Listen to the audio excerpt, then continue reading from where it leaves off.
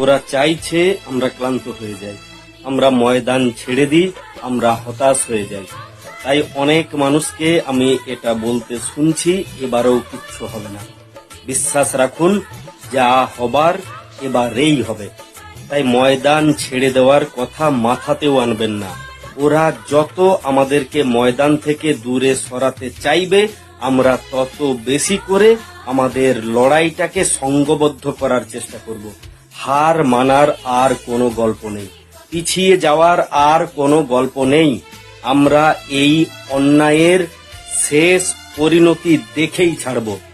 তাই যদি ভেতরে নেগেটিভ ঊর্জা কাজ করছে, যদি মনে হচ্ছে পারছি না, একটা মিনিট, শুধুমাত্র একটা মিনিট নিজের বিবেককে জিজ্ঞেস করুন, আপনি যদি হেরে যান তাহলে কতজন হেরে যাবে? তাই আপনার হারার প্রশ্নই আসে না। আজকে আমরা হারবো না, কিছুতেই হারবো না, এই বিশ্বাস রেখে আবার লড়াইটাকে নতুন ভাবে শুরু করুন। চলুন না, একবার দেখে নি ওই অন্যায়কারীদের শক্তি বেশি না আমাদের।